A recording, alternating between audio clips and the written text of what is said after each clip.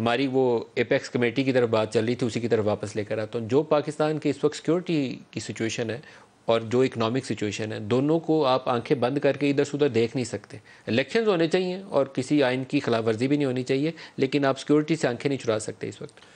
دیکھیں یہ دو الگ الگ چیپٹر ہیں، تین بلکہ. آپ الیکشن ہے وہ ہونا چاہیے، وقت پہ ہونا چاہیے، خواہ کیسے بھی حالات ہوں، اور اللہ تعالیٰ ہمارے ملک کی حفاظت کرے. نمبر 2 سیکورٹی کا معاملہ ہے.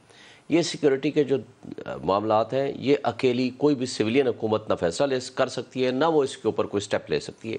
اس میں ہماری انٹیلیجنس ایجنسیز، ہماری اسٹیبلشمنٹ، ہماری فوج، ان کا کام ہے اس کے ساتھ مل کے جیسے ایپیکس کمیٹی بیٹھی ہے.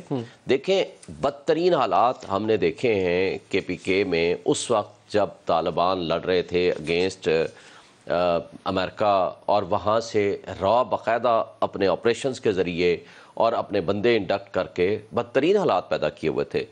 ضرب عزم چلی آپ کے سامنے ہے، اور اس کے رد الفساد بھی چلا، اور اس کے نتیجے میں آپ دیکھیں کہ الحمدللہ یہ ہماری فوج کی بھی کامیابی ہے، اور اس میں ہماری انٹیلیجنس ایجنسیز کی بھی کامیابی ہے، اور اس میں ہماری سویلین حکومتوں کی بھی کامیابی ہے، اور سب نے کوارڈینیشن کر کے اور ہمارے ان کی کمر توڑی، انہیں مار بھگایا. لیکن اس کے بعد جو سال 2 سال میں ہم نے یہ جو پیس ٹاکس کے نام کے اوپر نرمی برتی ہے نا، اس سے وہ ری گروپ کر گئے. اب آپ کو فوکس کر کے ان کو ایلیمینیٹ کرنا پڑے گا. دیکھیں یہ میں کہتا ہوں جو پالیسی بنائے اس میں کنسسٹنسی کے ساتھ اگر آپ نے انگیج کیا تھا یا کرنا تھا تو اس کو آپ آگے بڑھاتے، اور اگر آپ نے نہیں کیا تھا تو آپ اس کے اوپر انگیجمنٹ چل رہی تھی. انہوں نے نومبر میں پیس ٹاکس توڑ دی تھی، انگیجمنٹ ڈسکنٹینیو تھی ان کے، بلکہ بندے چھوڑے تھے. جی میں جس کے اوپر بہت زیادہ اعتراض یہ ہے کہ جو صورتحال خراب ہوئی ہے اس میں ان بندوں کا رول ہے جن کو چھوڑا گیا. پچھلے سال جون تک یہ ہماری لیڈرشپ جو ہے وہ مذاکرات ان سے کرتی رہی، نومبر میں ٹوٹے. ہاں نومبر میں ٹوٹے، سیز فائر چل رہی. لیکن میں یہ کہتا ہوں کہ اس پہ آپ کو سٹرونگ سٹیپس لینا ہے، کیونکہ اگر آپ سٹرونگ سٹیپس نہیں لیں گے تو اس وقت کی سچویشن یہ ہے کہ ان کے لیے بڑا کمفرٹیبل زون ہے افغانستان. وہ وہاں سے وہ ان کو ظاہر سپورٹ بھی مل سکتی ہے، مدد بھی مل سکتی ہے. ادھر سے آ کے حملے کر رہے ہیں، بارود اتنے بڑے بڑے کہاں سے بھر کے لا رہے ہیں. اب نہیں، ایک اور بات بھی ہے. دیکھیں امریکہ پورا کا پورا اسلحہ وہاں سے چھوڑ کے چلا گیا، کیونکہ ان کو ٹائم ہی نہیں ملا، یا اس کو ڈسٹرائے نہیں کر سکتے، یا اپنی پالیسی نہیں بنا سکے. اس کا نقصان یہ ہوا کہ ان سب چکے بڑے بڑے گروپس تھے، چھوٹے چھوٹے گروپس تھے، سب کے ہاتھ میں جو کچھ آیا وہ مال غنیمت بنا لیا انہوں نے. جو افغان آرمی کو انہوں نے ایکوپ کیا تھا وہ بھی اسلحہ اسی طرح ہی بکنا ہے نا. وہی کہہ رہا ہوں نا کہ اب ان کے پاس تو کوئی اور وسیلہ اور ذرائع ہے نہیں، پورا اسلحے سے بھرا ہوا ہے. اب اس کا ذریعہ اور کوئی ہے نہیں، وہ پھر ادھر سے انڈکشن کرنا پڑے گا کہ بارڈر کے آر پار موومنٹ جو ہے وہ کمپلیٹلی ریگولیٹ کریں. کوئی ان ریگولیٹڈ موومنٹ نہیں ہونی چاہیے. وہاں باقاعدہ ویزا سسٹم ہو، ہر چیز وہاں ویژولائز کریں اور اس کو پراپرلی سکرین آؤٹ کریں.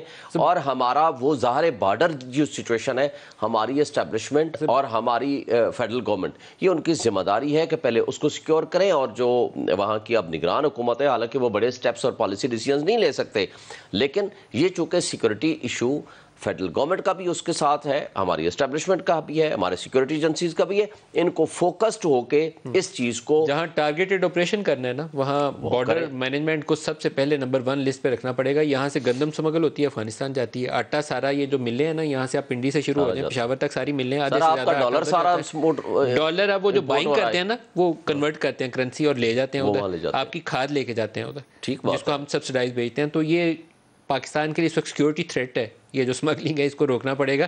دوسرا تھریٹ بھی ہے دہشت گردی کا، اور یہ بھی تھریٹ ہے سمگلنگ والا. اس کو اسٹرانگلی سٹیپس لینے پڑیں گے، اور یہ ہیپہیزڈلی کریں گے تو نقصان اٹھائیں گے. ان کو ود فورس ساری چیزوں کو اسٹرانگلی وہاں انفورس کرنی پڑے گی. جو پالیسی بنائے وہاں سے تو وائلیشن جو ہے وہ دیکھیں ہمارے ہاں زیرو ٹالرنس کہنا چاہیے، بارڈر وائلیشن کے اوپر زیرو ٹالرنس ہونی چاہیے. ہم نے بلکہ میڈیا میں دیکھا، سوشل میڈیا کے ذریعے وہ فینس اکھاڑ رہے ہیں اور وہاں کسی کو کوئی پتہ نہیں ہے اور کچھ نہیں، حالانکہ ان کے نالج میں ہوگا، انہوں نے سٹیپس اٹھائے ہوں گے.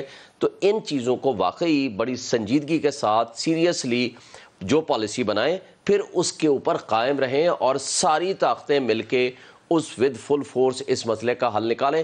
چونکہ یہ آج اتنا بڑا مسئلہ نہیں ہے جس مسئلے سے ہم ماضی میں گزرے ہیں. وہاں کے تو لوکل لوگوں نے بڑی قربانیاں دی ہیں، سوات کے لوگوں نے قربانیاں دی ہیں، آگے آپ دیکھیں جو قبائلی علاقے کے لوگ تھے ان لوگوں نے بڑی قربانیاں دی ہیں، وزیرستان کے لوگوں نے قربانیاں دی ہیں. میں آپریشن ہوئے جی پوری سوات میں، دیر میں، وزیرستان میں، پوری ٹرائبل بیلٹ میں، اورکزئی میں، خیبر میں بے گناہ لوگ بڑے شہید ہوئے، ڈسپلیسڈ ہوئے. اب اتنی لوگوں سے قربانیاں لے کے آپ اس چیز کو کمپرومائز نہیں ہونے دے سکتے. اب نہیں ہونا چاہیے. چاہیے، کیونکہ اگر دہشت گردی وہاں سے صرف محدود نہیں رہے گی، وہ بڑھے گی تو پھر پوری پاکستان میں پھیلے گی۔ یہاں آج سے چند دن پہلے اسلام آباد میں ہمارے وہ جو سبزی منڈی والے واقعے پہ وہاں سر ہوا، اس کے بعد ابھی یہ میاں والی میں ہوا ہے، میاں والی میں دوسرا واقعہ ہوا۔ تو اس طرح ان چیزوں پہ ہمیں اسٹرانگلی، اور ان چیزوں کو کمبائن نہیں کرنا چاہیے، الگ الگ رکھنا چاہیے۔ ہماری سیکورٹی الگ ایشو ہے، اکانومی الگ ایشو ہے، الیکشنز الگ ایشو ہیں۔ میرا خیال ہے ہماری جمہوری طاقتوں کو جمہوریت کے مطابق ہارے یا کوئی جیتے، ان چیزوں سے بالا تر ہو جانا چاہیے۔ آئین کے تحت سب تابع ہیں، اور میرا نہیں خیال کہ یہ جو گو بگو کی کیفیت میں چل رہی ہے نا پی ڈی ایم، نقصان پی ڈی ایم اپنا کر رہی ہے۔ اس کی وجہ یہ ہے کہ جتنا وہ الیکشن سے بھاگیں گے، پبلک میں ایک امیج اور پرسیپشن ان کے خلاف جائے گا کہ اس کا مطلب ہے یہ الیکشن سے بھاگ رہے ہیں، یہ الیکشن ہار رہے ہیں۔